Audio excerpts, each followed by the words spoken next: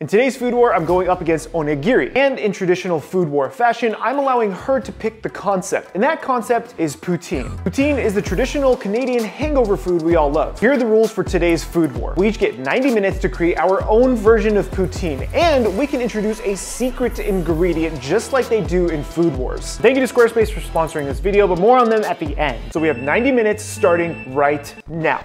No, right now. Okay, now we're gonna get started on this. I didn't even put my apron on. Ugh. First things first, I gotta get some water going for these French fries because we're making French fries from scratch. So I have some salted water going over there to start boiling, and then I'm gonna also get some oil going right now for the French fries. While those are coming up, we're gonna get our fries ready. And for those, I'm using some Idaho potatoes because these are a little more dry than a normal potato. Well, actually, I guess these are normal potatoes, but I like using these instead of something like a Yukon potato because a Yukon potato actually have a little more moisture content than an Idaho potato. But I like using these guys because they make a really nice French fry. It's a little brown, hopefully it's okay. I have a very good idea of how I'm gonna make this poutine, and I think I'm gonna piss off every fellow Canadian, but that's okay because this is Food Wars. Okay, those are peeled up, ready to go. Get rid of all of these scraps. Oh, I didn't even get my knife out. What is happening? I am not prepared today. For these potatoes, this is gonna be interesting because this dish is actually inspired by something called papas bravas or patatas bravas. This is something that I had in Las Vegas. We ate at a restaurant that just had the most amazing papas bravas that I'd ever had, and it's their version of just a fried potato, so I figure, why not try this for poutine? You see where I'm going with this? Because I sure don't. This is also going to be the most pretentious poutine I have ever created, so my fellow Canadian friends, I apologize, but that's just what's happening, and that is the freaking French fry. That thing. It's not even a French, that's really big. We also need a thing of water, so these, this is so big. What? Do I not have any clean containers? We'll just use this giant one. Got a thing of water here just so the potatoes don't go brown. And this, you know, this is a little bigger than I wanted. So I'm gonna trim that down just a little bit. Got a nice little, you know, little, I don't know how to explain that right now. I need 5 pieces. Can I get 5 pieces? That's all I want. Don't throw those scraps away if you're doing this at home. Those scraps make fantastic breakfast potatoes, which is probably what I'm gonna have after this. Okay, I'm gonna trim these up, just be very similar to each other. Okay, we got 2 pieces. We need to get 3 more. Oh my God, this is the last potato. Can I get 2 more? I really want 5. You know what, we're just gonna go right down the center. Then we're just gonna cut this one down the center as well. That's close enough. Save these potatoes, dinner or breakfast or both. These are not all the perfect shape, but that's okay. This guy's just thick. You need to be not so thick. There's our 5 potato. Now the next thing we have to do is add some vinegar to that water. It's gonna help keep the potato from falling apart. Only like a tablespoon of vinegar. Now I have to show this to you guys without really moving the cameras. We're gonna do one of these. And we're on. Potatoes, okay, over here, into the hot water. That's it. That's all you're doing. We're gonna cook those maybe like 5 or 6 minutes just until they're nice and tender. Woo! We are blazing through this. Now the next thing I'm going to have is just a bit of garnish, and this is just some fresh green onion. I'm gonna slice this super thin. I want this to be impossibly thin.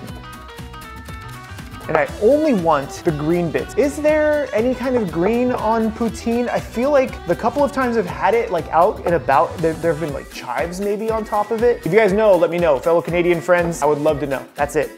All I need. This, save it for later. If you do a little paper towel into whatever container you're putting like your green onions or cilantro or parsley in, it'll keep them from getting mushy because they'll leach a little bit of liquid after they've been cut. So we're just gonna put those in there. We're gonna leave those just sitting out because this is just part of the garnish. So the potatoes are going, the garnish is done. Now we do need to make the gravy, and for the gravy, this is where the secret ingredient comes in, just like Yukihira did in many of his battles. For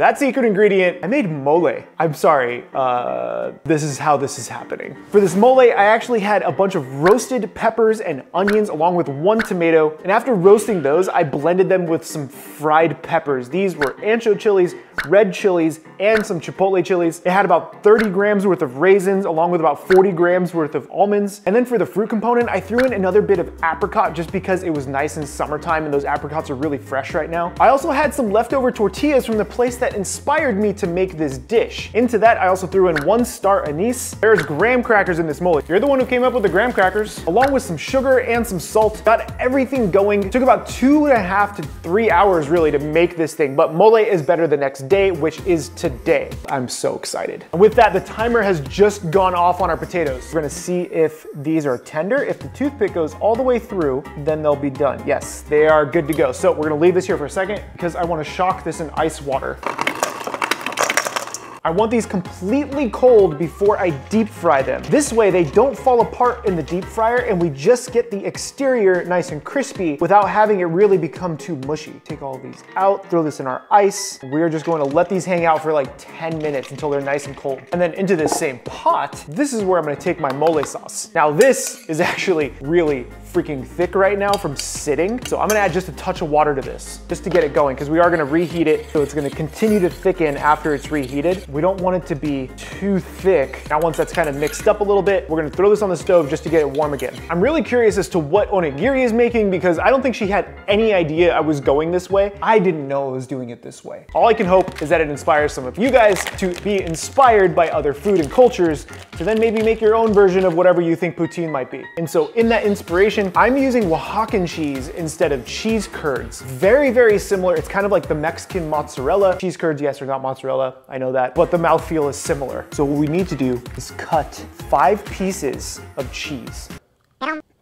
Oh gosh, so good. Gandalf, you can't have cheese, sir. I'm in a battle. Okay, I have my 5 bricks of cheese. You see how this thing is gonna be plated up, right? Come on. But also, I want this cheese to be ice cold, basically, for when I go to plate this. So I'm gonna put this whole thing back in the fridge. Eat this though.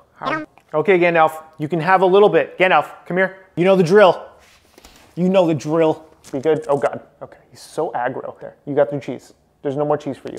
Potatoes are going, mole is heating up, oil is almost ready. We're gonna start finishing this, I think. How much time is left on the timer? That's the real question. I have 1 hour, just over an hour left on my timer. Giri, you know, how you doing? I hope you're doing well. It was a fun stream when you had me on, so thanks for that. What I wanna absolutely make sure of, we don't need this right now, is that these potatoes are completely dry before we pop them into a deep fryer because you don't want any kind of water going into that oil. So I'm gonna place these on some paper towel, get them just nice and dry. Roll these up just a little bit. Trying to be careful. Don't want these to break. That would be not fun right now. And once those are kind of patted dry, I'm just gonna place them onto here just so they remain that way, hopefully. Grab our unit. I have myself a cooling rack right here. Now I have some peanut oil. You can use whatever oil you want realistically. I like using peanut oil because there's a higher smoke point. One oil you might not want to use is something like an olive oil because the smoke point is too low and it might not fry anything properly. So this is at 400 degrees, which is fine, even though I wanted it around 375. But the thing is because I'm dropping these in and these are relatively cold, it's going to lower that temperature as soon as these go in. So I want to make sure that this stays around that 375 mark. Oh God, hold on.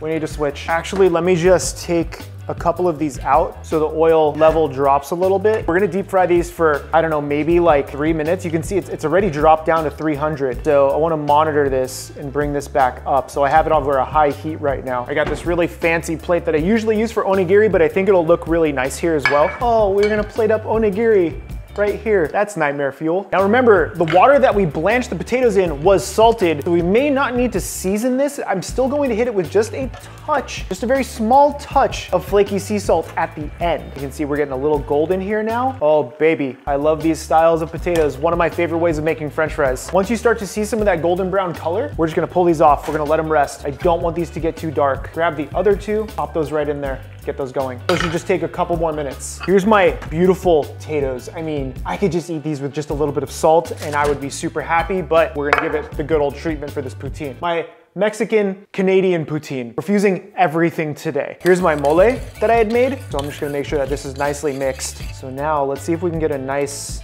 plate up of it. You know what I forgot? There's one more step before I was supposed to do this. So now I have to do this very quickly. Move this here, place this here. Remember our cheese curds or Oaxacan cheese? We're gonna go right there, boom, boom, boom. We got all 5 on there. Torch here, lightly torch. You see why I threw it back in the fridge now? And I wanna make sure that I'm not really hitting the potato. I just wanna try to hit the cheese. This is gonna go right into the center so I know how to space these out, okay? Let's do it. Look at this freaking most pretentious plate up of poutine I've ever made. A little bit of green onion, Mexican poutine. I don't know, but it looks amazing. I was so enamored by tasting this and the flavors that I forgot to say, we had 46 minutes left. One of the things I enjoy the most about cooking is being able to create things that shouldn't have been made. I know that sounds really weird, but it's why I love exploring food so often. And we're gonna get a potato with some of the mole. Everything is just in that one little bite. Cheers. How do I describe this? The mole flavor lingers and it hits first, but then you have the fried crispiness of the potato and then the creaminess on the inside of the potato. Then you have that beautiful cheese that it almost reminds me of when you eat the cheese like this with the potato and you're starting to chew it, it almost turns into like a mashed potato in your mouth, but you still have like the chewiness because it's only torched and the cheese isn't cooked. So you have a bite from the cheese, a little freshness from the green onion, which doesn't come through all the way, just now like right at the end. What I find interesting is it's a very satisfying bite. Oh my God. I don't know. I think this is amazing. Is it poutine? Let me know in the comments down below. Make sure you check out Onigiri's video for her challenge video. That's also gonna be linked in the pinned comment and the description. We talk about food like this all the time at the Food Fight Academy. So if you wanna come check that out, check out the Patreon links and the Discord links. I love talking to you guys about food over there. Just remember, keep playing with your food because then you make stuff like this. Wow. This food battle was sponsored by Squarespace. Squarespace is the easy-to-use all-in-one website platform. You can use any of their award-winning templates to create whatever website you really want, whether or not it's a food blog, somewhere to host your portfolio, or just somewhere to get your thoughts out. Squarespace has everything that you could need to get that started. I actually just relaunched my website with Squarespace and it was incredibly easy to do. I have zero knowledge of website design and I was able to make the website look like this, and I'm super happy with it. If you guys use my link down below, you're gonna get 10% off of your very first purchase with Squarespace. Thank you to Squarespace for sponsoring this video. Check out the link below for that discount and just check out my website if you want to really see how Squarespace looks.